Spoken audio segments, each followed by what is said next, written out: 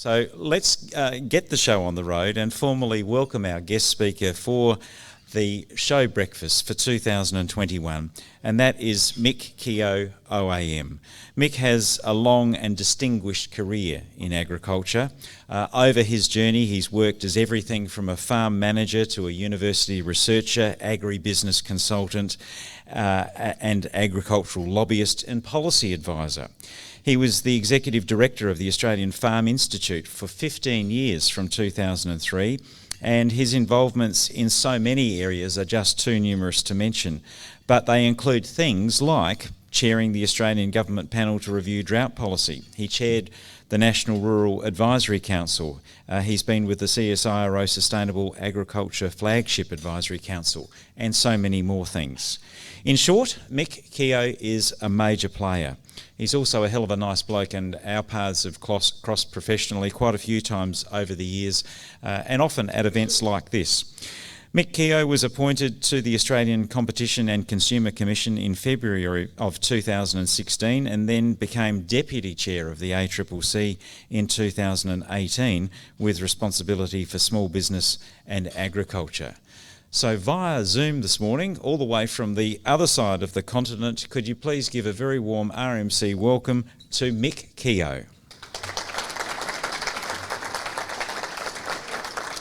Thank you very much, Lee. I hope you can hear me. I don't know that the vision's all that important. It's not all that inspiring, but that's all right.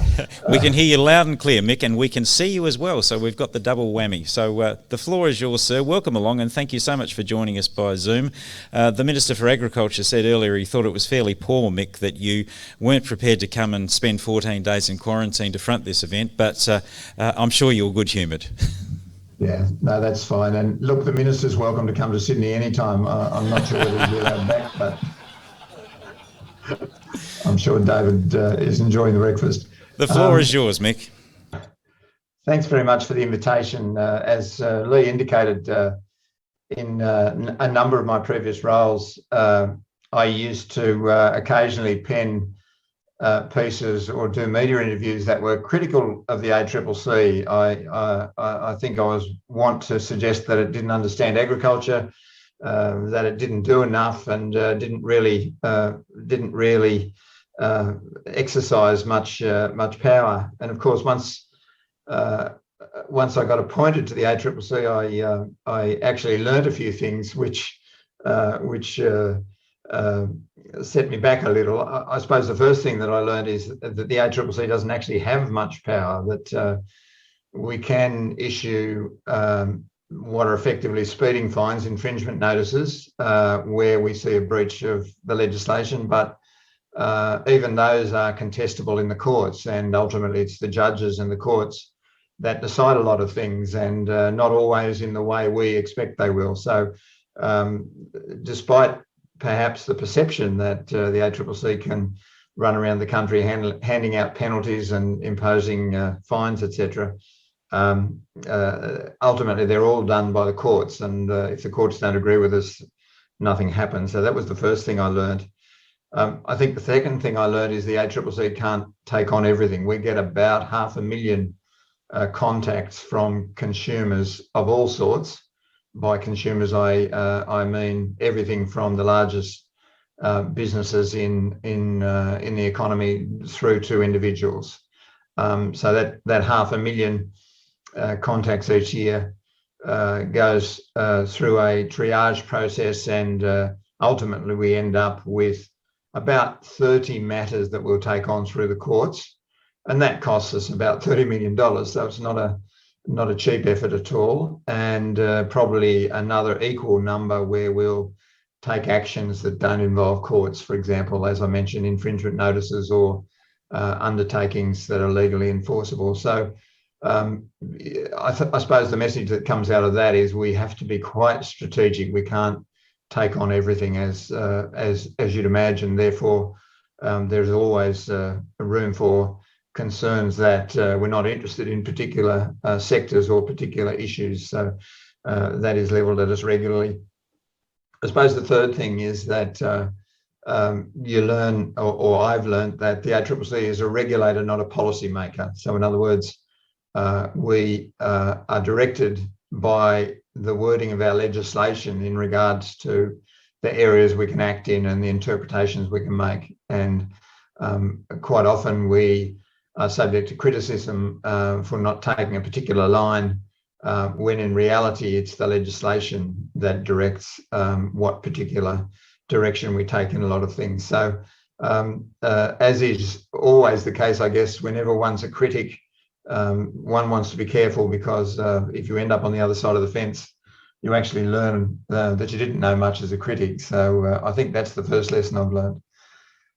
What I thought I'd do today is just talk through, in fairly brief terms, about half a dozen of the issues we've been dealing with over the last 12 to 18 months, and then leave a reasonable amount of time for questions at the end, because I know the interaction is usually the better part of these sort of meetings, rather than the talk itself. So what I'm going to do is just quickly flip through, as I said, about 6 or 7 issues that we've been dealing with, and just to alert you to what they are, I'll list them now. So the Murray-Darling Basin water inquiry, which we completed last year, and a lot of issues associated with water markets.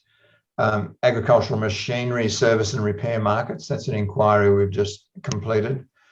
The dairy code, which is something that's ongoing. The wheat ports code, which is something very relevant to South Australia, particularly in relation to access to export ports in that state. Wine grapes, another issue that's, or sector that's very relevant to South Australia, of course. I'll then talk a brief period about unfair contract terms legislation, because I think it is important that people understand what's been happening in that sphere and where it's up to. And then quad bikes seems to be something that continually attracts a bit of attention. So I can talk a little bit about what we've been doing in that area. And then, as I said, once I've briefly gone through those, we can open up for questions. So our inquiry into the Murray-Darling Basin water markets was triggered by a lot of concerns voiced in the community about the price of water, access to water, who was trading it, whether the markets were working. We undertook that inquiry on direction from government, which means we had information disclosure powers that we could impose on participants in water markets. It was an inquiry that took almost 2 years. We ended up with a database of over 8 million transaction records from all the parties involved. That includes the state governments, the trading platforms, the major traders, and the irrigation corporations. So that was a very detailed and comprehensive exercise. I think a comment worth making at the start is there's a lot of critics of water markets, and certainly the ACCC found quite a range of issues that we feel require addressing. But I also came away from that inquiry with the perspective that water markets are very important and actually work in a reasonable fashion. They're not perfect, but if you think back to the droughts periods when there was very low water availability, back in particularly 2017, the water markets were working as they should. A lot of rice and cotton growers decided that on the basis of the price of water at that time, they wouldn't plant a crop, and their water was available for trading.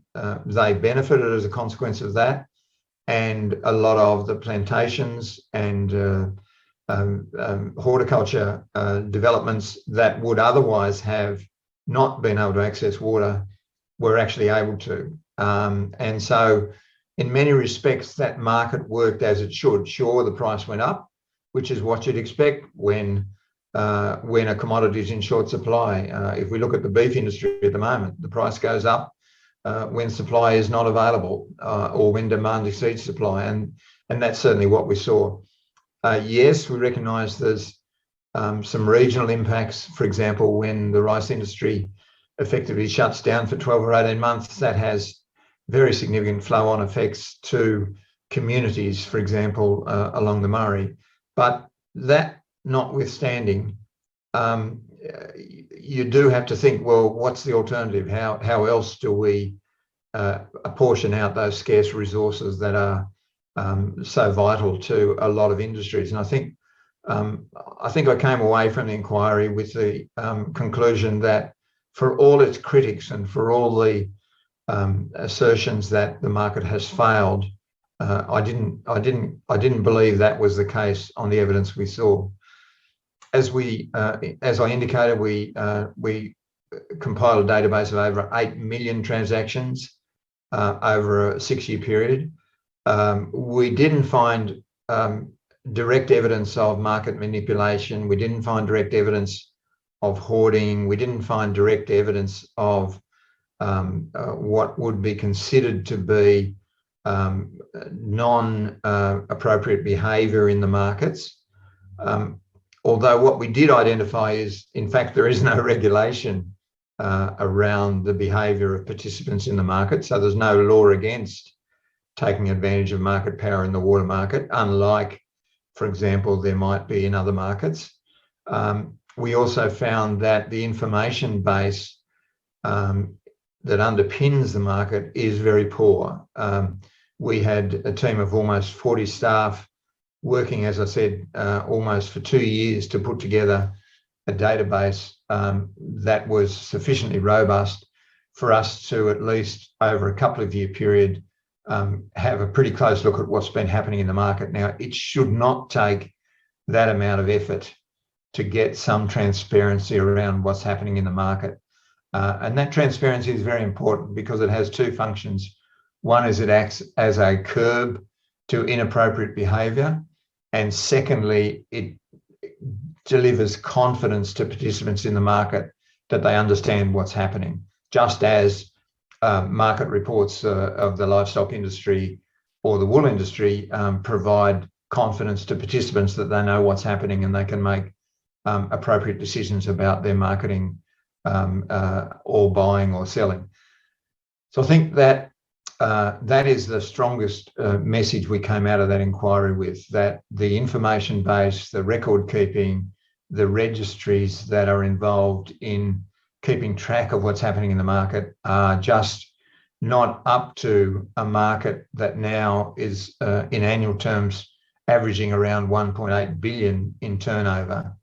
The total value of water allocations and entitlements exceed now 26 billion in the Murray-Darling Basin, and 40% of the asset base of irrigation farms is now made up of the value of those water assets they hold. So, I think the picture that emerges is a market that just hasn't developed the infrastructure that is needed for a market of that size. And we also observed, and it's worth making the point, that were each of the states' water entitlements listed entities, they would be delisted from the ASX because of inadequate disclosure, inadequate record keeping, and all those sort of things that are part and parcel of the normal operations of the share market. So I think that's a good way to put it in context. It's not that we found any major discrepancies or malfeasance in the market, but the infrastructure that underpins it, given the scale that it's grown to, just hasn't kept up. And we made a recommendation that there needs to be a dedicated agency focused on oversight of the market in the same way that the ASX has that role, for example, in equities markets. So quite a lot of work to do there, albeit the message being, I think, that that the market is working largely as it should be, with some limitations to that around how the infrastructure supports it. The second area I thought I'd talk about is agricultural machinery inquiry. And that was driven by a lot of concerns we've had expressed to us over the years about the lack of competition in the service and parts market for agricultural machinery. And certainly we got very strong responses from machinery owners as part of that inquiry. Over 300 of them completed what was quite a substantial survey.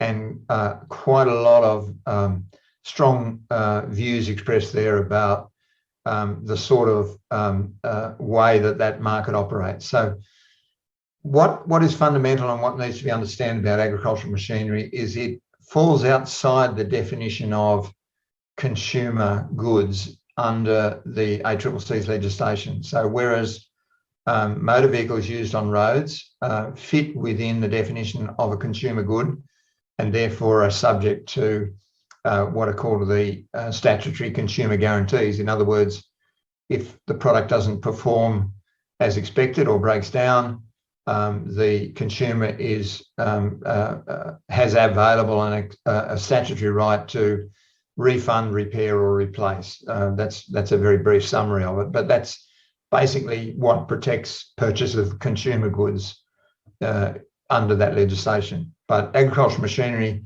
does not fall within the definition of a consumer good. Therefore, the only recourse that purchasers or owners of that machinery have in relation to a failure or a lack of performance is the manufacturer's warranty.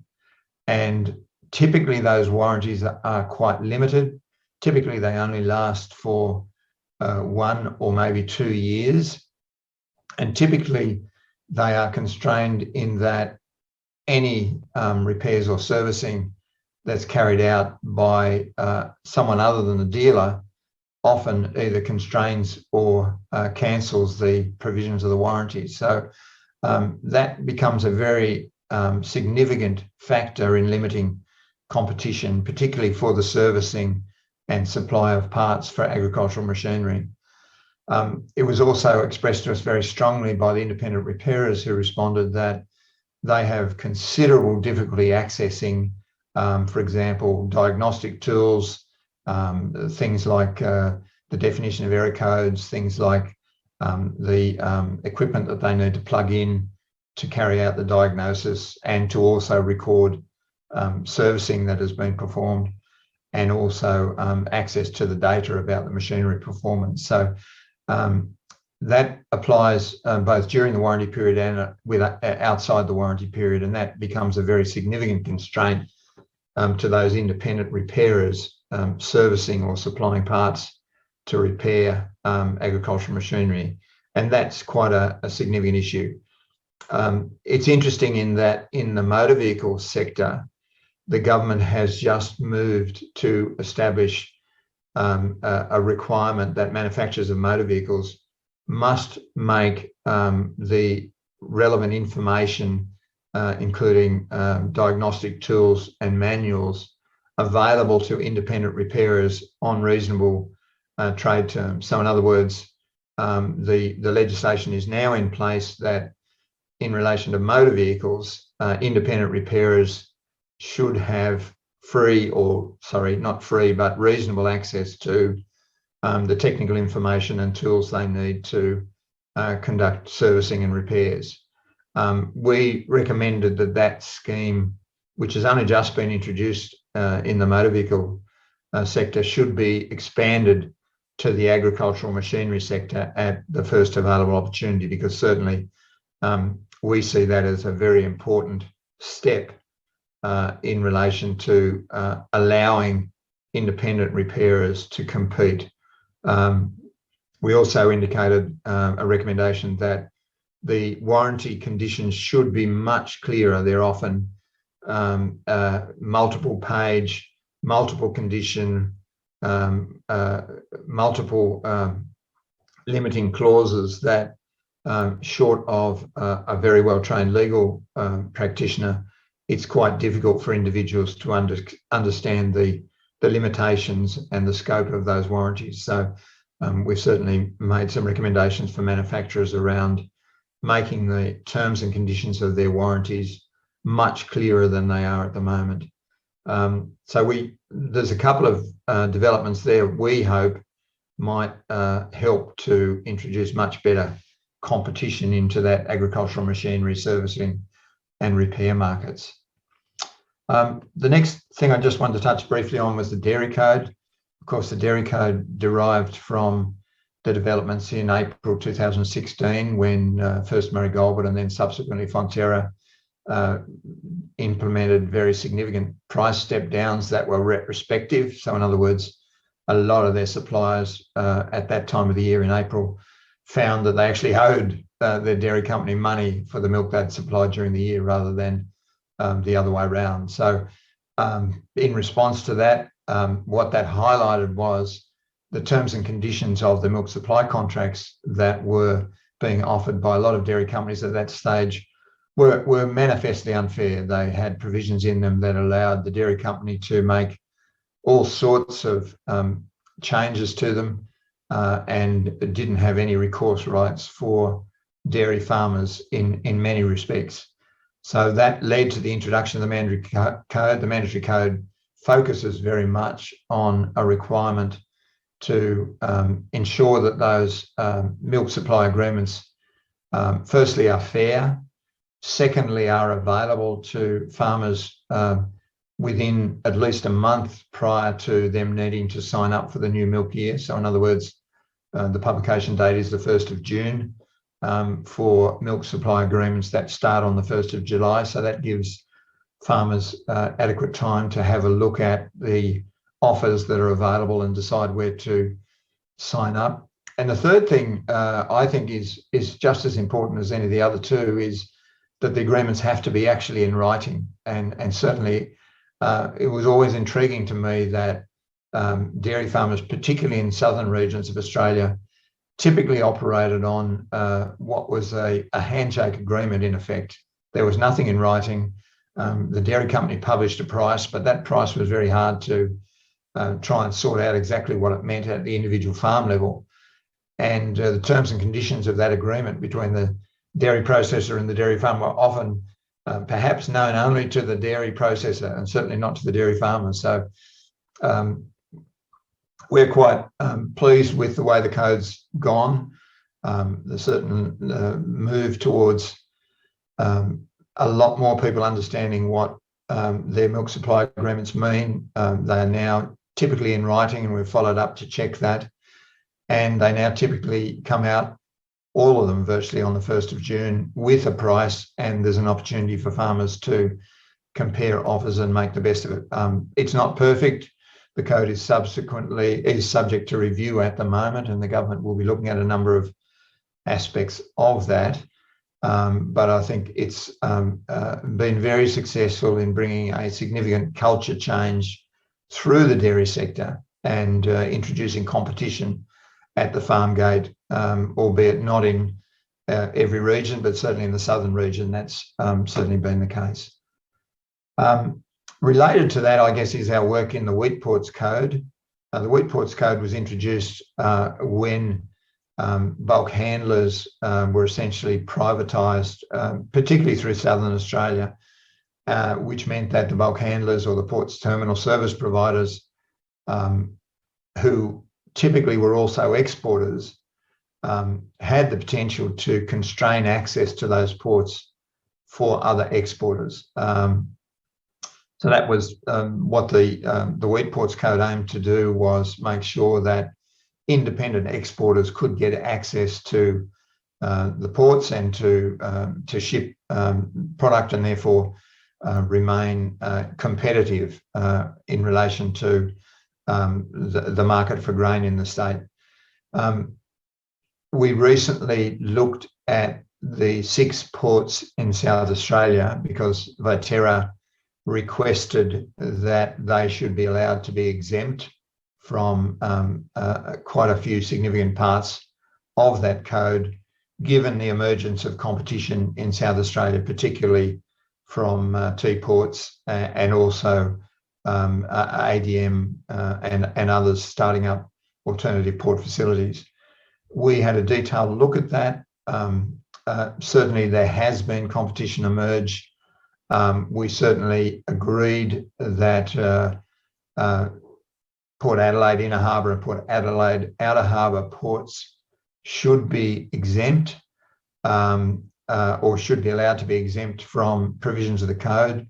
But in relation to the other 4 South Australian ports, whilst we recognise that competition has emerged, particularly in the form of teaports, we didn't consider that there's been sufficient time to understand exactly how well that competition is working. And certainly part of the reason for that, during the review period, of course, there was a significant drought occurring, and that meant there was very little demand for access to the ports. In fact, a lot of South Australian grain was being shipped to domestic markets rather than for export. So we've certainly removed some of the regulation around Port Adelaide, Inner Harbour and Outer Harbour, but the other 4 South Australian ports, we don't think there's sufficient competition there to enable the provisions of the code to be removed.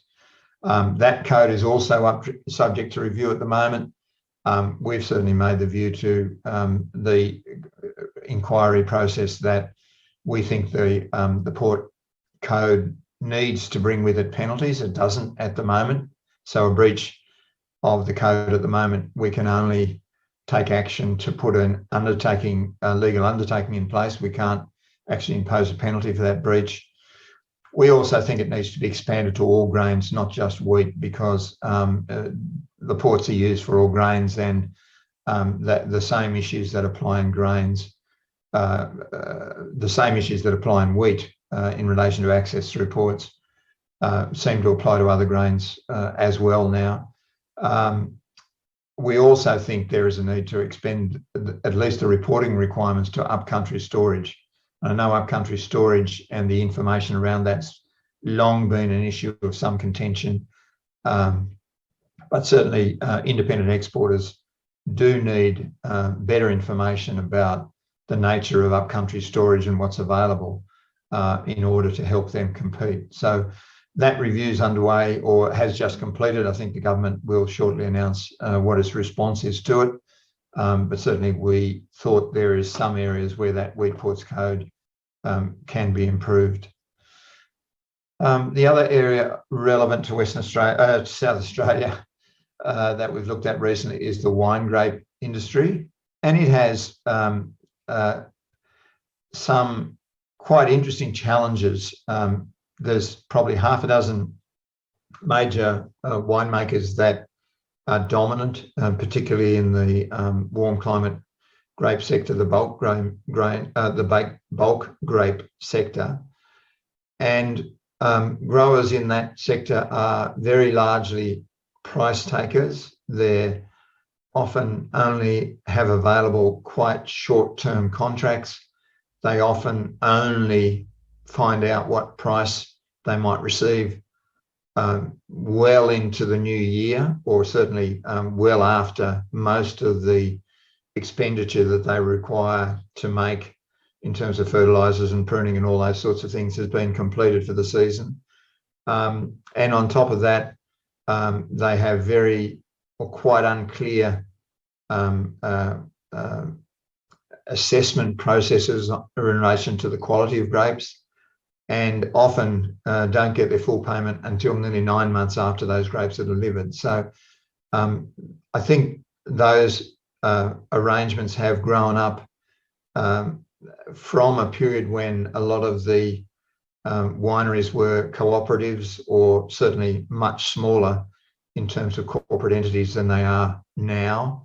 And I think the imbalance in bargaining power between the wine grape growers and the wineries is part of the reason that those arrangements in relation to the contracts between grape growers and wineries have become so one-sided and put so much extra risk on growers. We made a number of recommendations there, including strengthening the voluntary code that exists in the industry, broadening its participation, and making a number of changes to how pricing is reported and signalled to growers at an appropriate point in the year.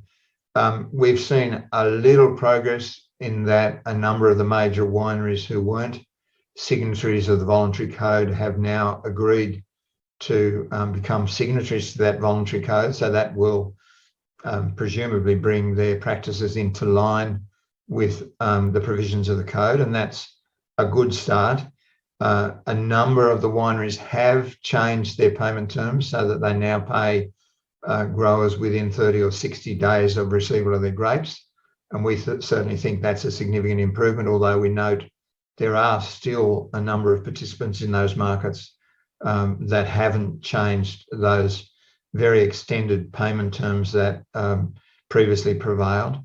In terms of quality assessment, there's still a lot of work to do there. We think there's a lot of subjectivity in terms of the assessment of grapes and therefore the prices that farmers are paid, and that needs to be further focus of the industry. We'll be reviewing progress against our recommendations in relation to the wine grape sector in the next 6 months or so. So it'll be interesting to see from the point of view of stakeholders exactly how much progress has been made in relation to some of those issues that we've talked about.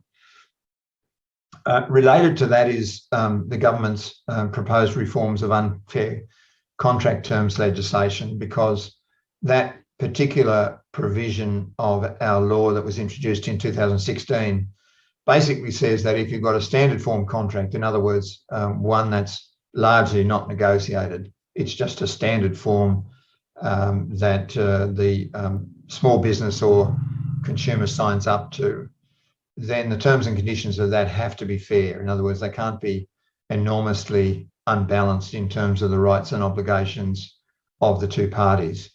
Up until now, that law has simply said that if the terms aren't fair, those terms can be declared void by the courts, but the contract still stands.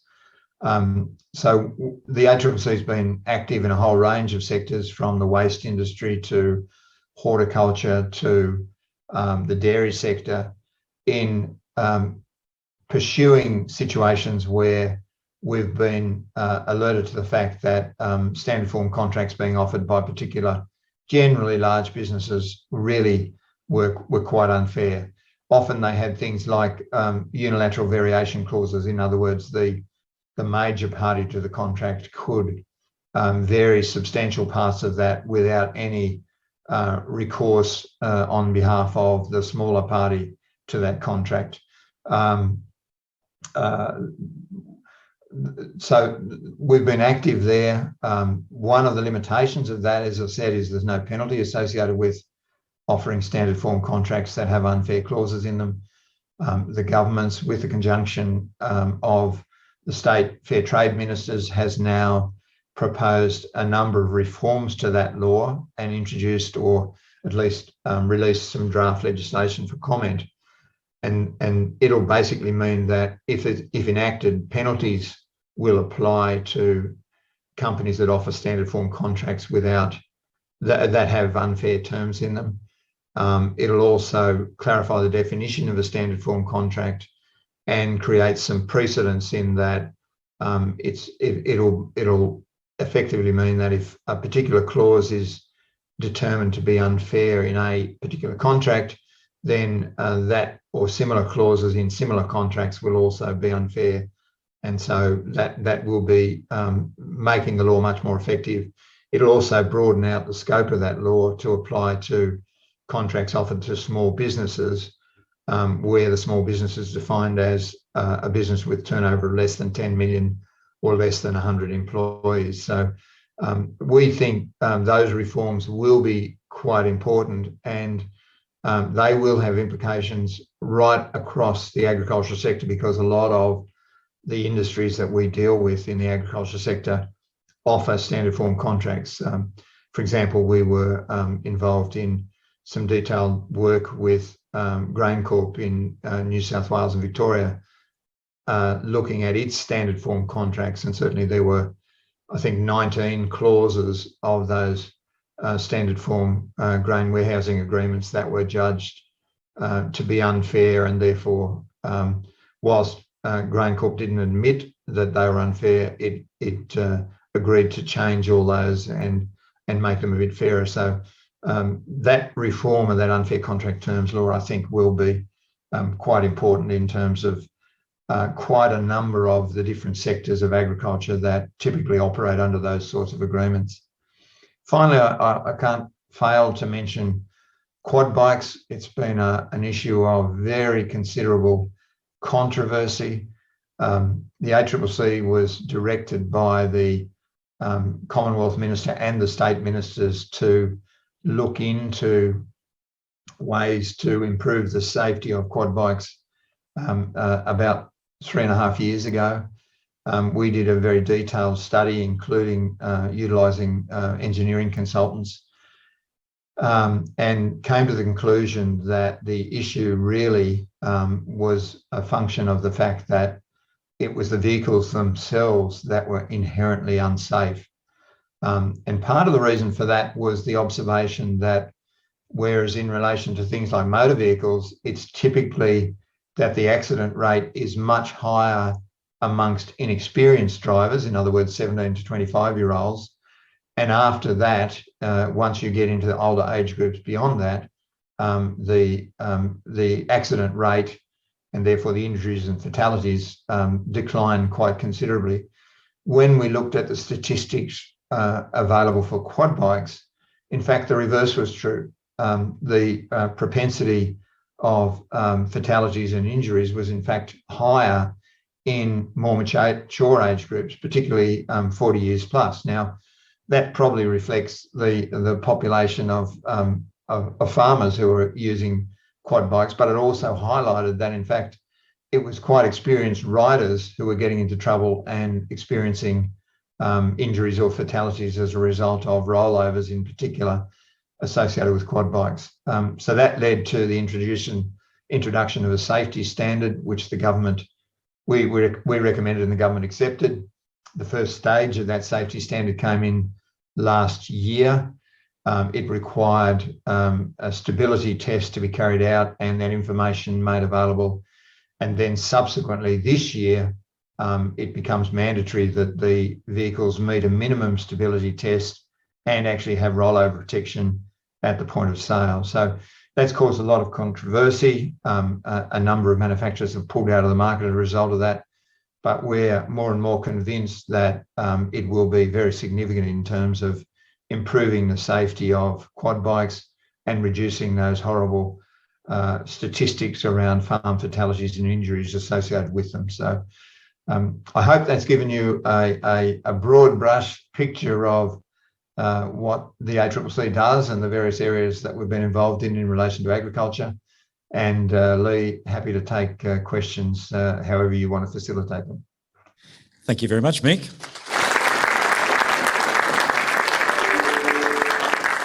Gee, you're not doing too much at the ACCC, Mick, are you? It's a pretty broad palette that you've got there, and you've certainly covered some territory this morning, so I imagine there are plenty of questions. Now, our Secretary, Caroline, is wandering around with a microphone. She's easy to spot. She's in pink. She's just over there at the moment. If you'd like to ask a question, please put up your hand. I'll get things going, Mick. And I'm just curious, you mentioned right at the outset, 500,000 things put in front of you on an annual basis. How do you actually select what you do, given that it's such a tiny fraction of that 500,000?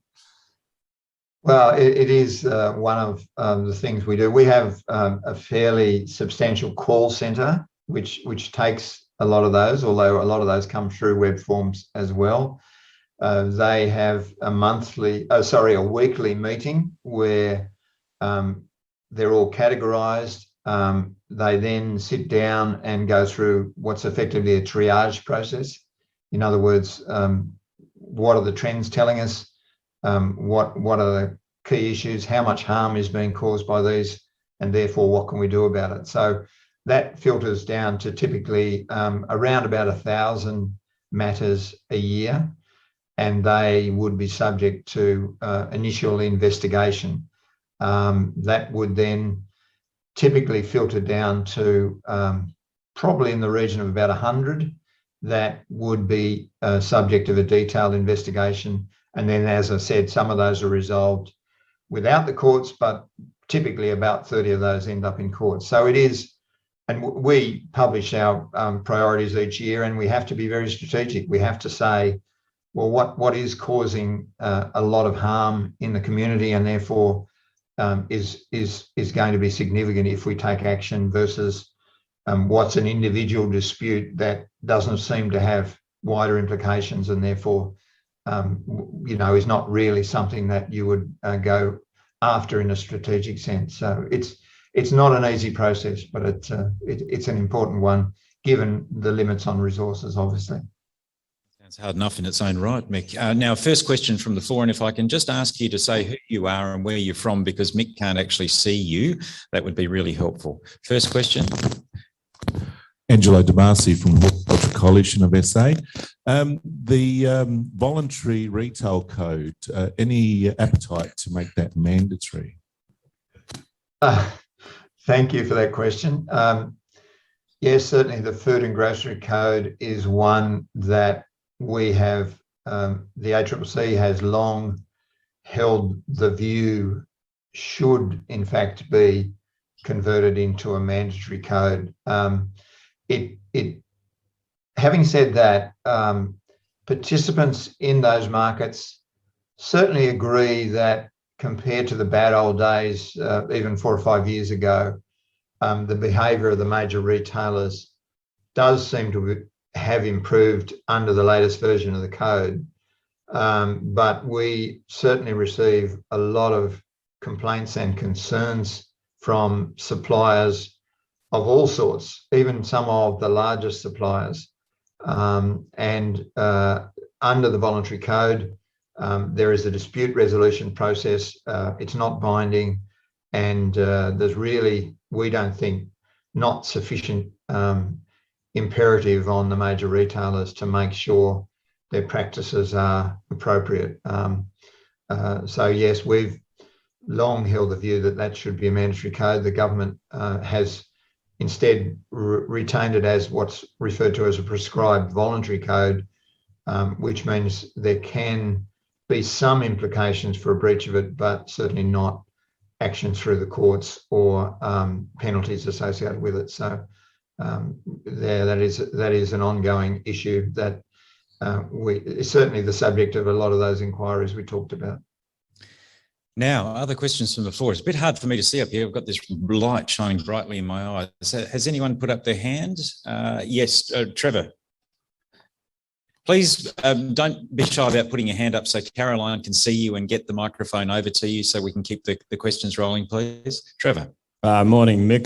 Trevor Ramford from a range of areas, and also a member of the ACCC Ag Council Consultative Committee.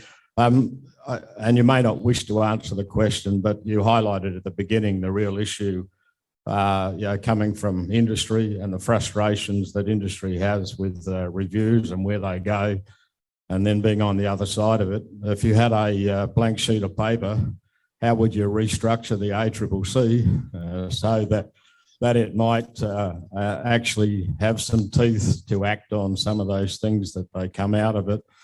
And as I said, you may not wish to answer that, but you might give us an update on the fresh produce review that was done.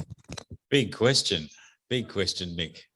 Yeah, and you're right, Trevor. I'm not sure I can answer that. I haven't really.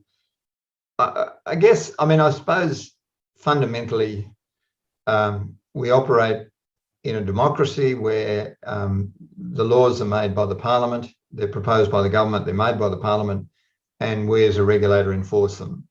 Where we see we think there's gaps, we certainly make that known and engage in advocacy around law reform, but ultimately it's the government and the will of the Parliament that determines those laws. So and you wouldn't want regulators running around making laws or trying to run the show, because that's not the way the system should work. So I guess anything developed in a democracy will always have its limitations, but I think it is what it is, and I think we are reasonably effective within the resources and within the constraints that we have. But I agree, Trevor, there's often situations where you think surely something should be done about this, but the parliamentary process isn't always that straightforward, and things do take some time. So I guess we just keep working on things and aim to get some improvements over time, albeit they're never as quick as we perhaps hope. Next question, please. Right, down here, I think. Oh, you've got one at the back, Caroline. Thank you. John Crosby. Mick, you won't be surprised as chairman of Peninsula Ports that I might be asking a question about grain access. The South Australian grain industry pays about $10 a tonne more than the other states, which is, as you quite rightly pointed out, is due to a lack of competition at the port. However, we have, as you also pointed out, a number of, if I can call them fledgling operations to improve that competition. What's the criteria that you would use to remove the constraints on Viterra on berths? The legislation and the code requires us to be satisfied that there is adequate competition such that the owner of the ports would be constrained from acting in a way that is discriminatory towards entities that they don't own. In other words, there's strong enough competition such that exporters who aren't owners of that infrastructure can get fair and reasonable access to it. And certainly we had a look at inner harbour and outer harbour, and there is reasonable competition there in terms of the alternative port service providers. They're relatively small in scale, but still providing some reasonable competition. In relation to T-ports at Lucky Bay, it's only really been operating for one season. It is a different mode in that it's rather than a deep port, it uses a barge and transfer mechanism, so that has some elements associated with cost and speed associated with that. So and as I said, it also in recent years there hasn't been a huge demand for access through the ports. There will be at the moment, and there will be in the coming season. But so for that reason, while we recognise T-ports and indeed the proposal from ADM, we didn't judge that there's sufficient competition established to remove or to exempt those ports operated by Viterra from the provisions of the code that require that they offer access to the port in a non-discriminatory fashion. That no doubt will be the subject of further consideration, certainly perhaps once this season or the next season's over, depending on how things go. But really basically the decision is when a request is made to exempt a port, we have to undertake a review, and that request can come from the owners of the port, or it can come more broadly from the industry. So that's the process. We have to make a judgment on what we think the extent of the competition is, and some of that's looking forward as well, and basically make a determination based on that. So I'm not sure I can go any further, John. I'm sure you're very familiar with these issues anyway, but that's about how it works. Thank you, Mick. Next question. Just here, Caroline, in the middle. Morning, Mick. Alex Mitchell from NASA Organic. In an environment now where both state and Commonwealth governments are loath to put on new legislation, and certainly the industry doesn't want any more sort of red tape or green tape to go through, often there is a deferral for development of, ethics in the industry, either through transactions, animal welfare, sustainability, for voluntary codes. When it comes around to you having to take something or a matter to the court, how much teeth do voluntary codes actually have?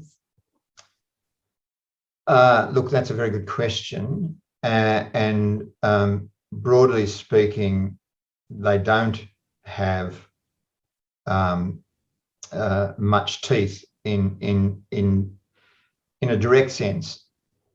in an indirect sense, they can be quite significant.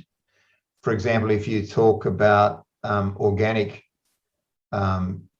claims, if someone claims that a product is organic, it can be quite difficult, as you'd probably know, to prove that that's a false claim. You can go down the track of requisitioning, for example, records of purchases of inputs and all sorts of things like that, and eventually get to a point where you might be able to prove that a product isn't organic, but that is a very complex task and very resource intensive.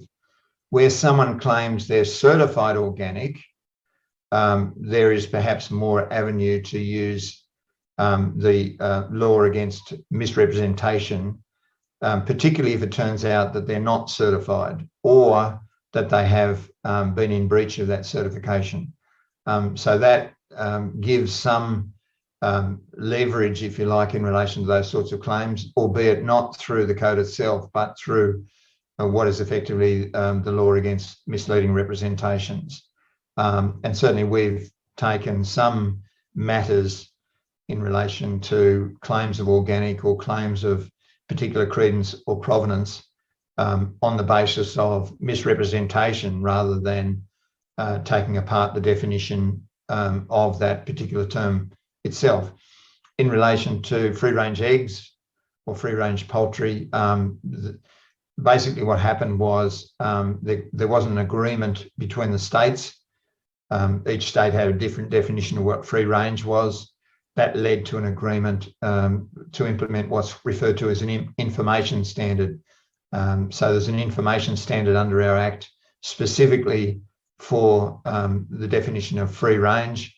And we can, the way the law works is that if you comply with that definition in the information standard, you are not likely to be prosecuted for making misleading representations. But even there, there's still quite a process to go through to land a claim, for example, that someone's misrepresenting that they're operating a free-range facility. You'd think it would be straightforward, but it turns, and I'm sure the lawyers in the room would know, it turns onto some very specific terms and how they're made and in what circumstances. So yeah, it's an interesting area. I think there is some consideration around at the moment in relation to some legislation around organic and a number of those sorts of terms. And of course, dare I mention it, there's an inquiry in the Senate at the moment around the use of terms like beef and milk for what are referred to as plant-based substitutes, which is certainly teasing out that issue as well. Now we're very close to 9 o'clock, which is our scheduled close time for the function today. Does anyone want to ask one final question, perhaps? If not, Mick, I've got one, and it's a bit of a thread that's come through this for me at any rate, and I'm not sure whether it's accurate or not. It may just be my interpretation. That in essence, people will do what they think they can get away with until somebody actually shines a light on them. And effectively, that's what the ACCC does. You said at the outset you don't have much power, but is that actually the essence to the power that the ACCC has? Certainly, and certainly we've seen growing evidence that reputational risk is something that particularly large companies take very seriously.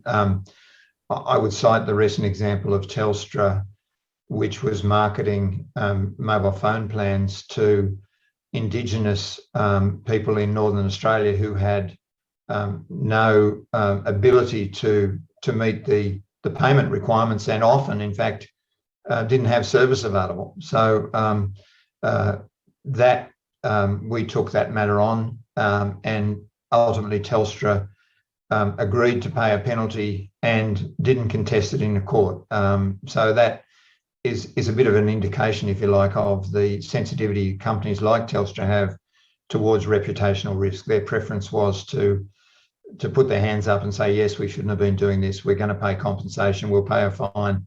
and we'll fix it rather than contest it in the court. So, and certainly we do see that across the spectrum of companies that they wouldn't like to be brought into focus, particularly in relation to media and attention such as the ACCC brings. So, yeah, having said we don't have much power, that ability to shine your light, as you say, can have a fairly strong influence on behaviour in particular sectors. And we rely on that as part of our strategic approach to issues. Mick, it's been fantastic to hear from you this morning, and we really appreciate you joining us via Zoom. It would have been fantastic to have you in the room with us, but obviously circumstances dictated otherwise. And it would have been great to have shown you around our royal show that we're so proud of here in South Australia, if only that was going on as well. But another time perhaps, Mick Keogh. But on behalf of everyone here, we've got a full house this morning. Thank you very much for your time this morning.